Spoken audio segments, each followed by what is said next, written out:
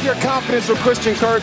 Trevor Lawrence, Susie, you mentioned it. He's doubled his touchdown input. He's cut his interceptions in half.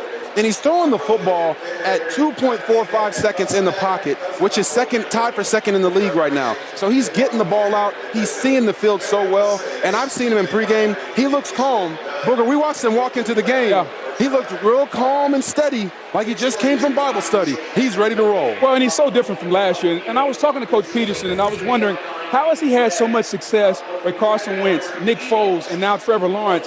He says it's really simple. I find out what makes these guys tick, what they do best, and then I do it, even if I have to change my entire offense to make them happy. Think about that. Isn't that a novel thought? A head coach, an offensive guy, tailoring his entire offense to the quarterback. Good on you, Doug Peterson. We say this all the time.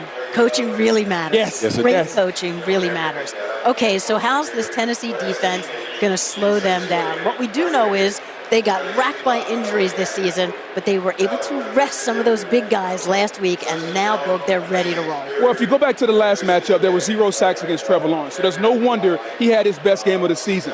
Jeffrey Simmons is going to have to be a rolling ball of butcher knives tonight. 7.5 sacks on the year, 26 pressures in 14 games. But, RG, he can't do it by himself. Denico Autry comes back, 8 sacks, 32 pressures. When those two guys are on the field together, the Tennessee Titans are 6-4. When one is missing, they're 1-5. And oh, by the way, Denico Autry didn't play in the last matchup. Something tells me both of them will play tonight.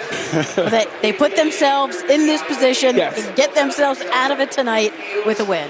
One last stop for us, our game picks. Boog, who are you taking? I'm going 29-18. Duval!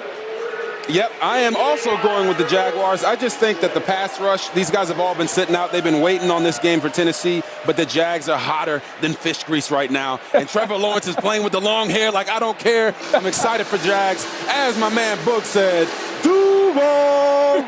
Feels like a playoff game, right? Yeah, it does. I was here for the 1999 AFC Championship game. Like tonight, the Jags were also favorites in that game. Well, 23 years later, I finally get it right.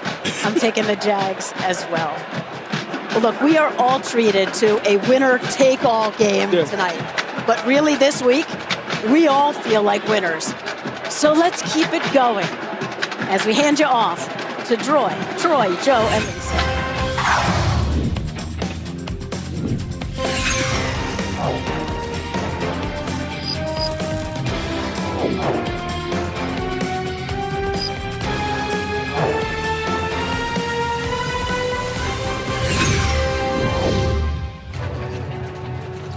And welcome to a cool night in Jacksonville, Florida, in what is in essence a playoff game here in Week 18. And everybody in this stadium with thoughts of Damar Hamlin, whether it's fans in the stands or players on the field. You see the number 3 absolutely everywhere.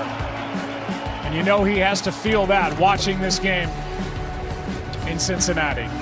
Derrick Henry hoping that he can get it done here tonight and help his team break a 6-game losing streak. And Trevor Lawrence's tonight is coming-of-age party. We shall see. Welcome to the Progressive Kickoff from Jacksonville. It's the Titans and the Jaguars tonight with the AFC South on the line. And now welcome inside the broadcast booth, everybody. I am Joe Buck along with the Hall of Famer Troy Aikman. And before we set up tonight's game, we look back to that scene on Monday night in Cincinnati, and I think of it now in a situation that started with so much fear and sadness now has evolved with so much hope for Damar Hamlin. And ultimately, I would say that it's brought people together, not just sports fans, but people across this country. And as they continue their courageous fight, I just know the Hamlin family has to feel it. Yeah, I agree. I'd like to believe that the outpour of prayer and support made an impact on his recovery. I'm certain it did, and I'm also certain that Damar Hamlin and his family felt the love of an entire country. As we look ahead to tonight's game, and it should be some scene, this place is packed and they have already been loud. It's going to be fun. These are two teams going in opposite directions, at least coming in. And we'll start with the Jacksonville Jaguars, a team that's fun to watch. And, man, they've won 4 games in a row. They are a dangerous team. Well, they really are. I mean, there was a time where it looked like the same old Jags. And then mid-season, they got Doug Peterson who felt that they could get to this point, and I believe that he should be strongly considered for Coach of the Year. Just a terrific job turning around this ship mid-season, not easy to do. And the big reason why, of course, has been the play of the second-year quarterback, Trevor Lawrence. He has been as hot as anybody in football here over the last half of the year. So they've won 4 in a row. The Tennessee Titans have lost 6 in a row. And if they're ever going to ride a running back, it's Tennessee tonight with the great Derrick Henry. Yeah, it's hard to believe that you could lose 6 straight games and still be in a ball game in Week 18 to win the division. And Joshua Dobbs gets his second start tonight. And that's the reason why they're going to be relying more than ever on Derrick Henry. He had a big night the last time these two teams played Week 14. It's going to take another one of those efforts, and he's going to get a lot of opportunity in this game tonight.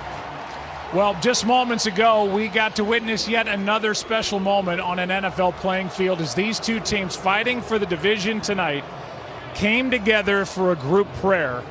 It was a strong scene.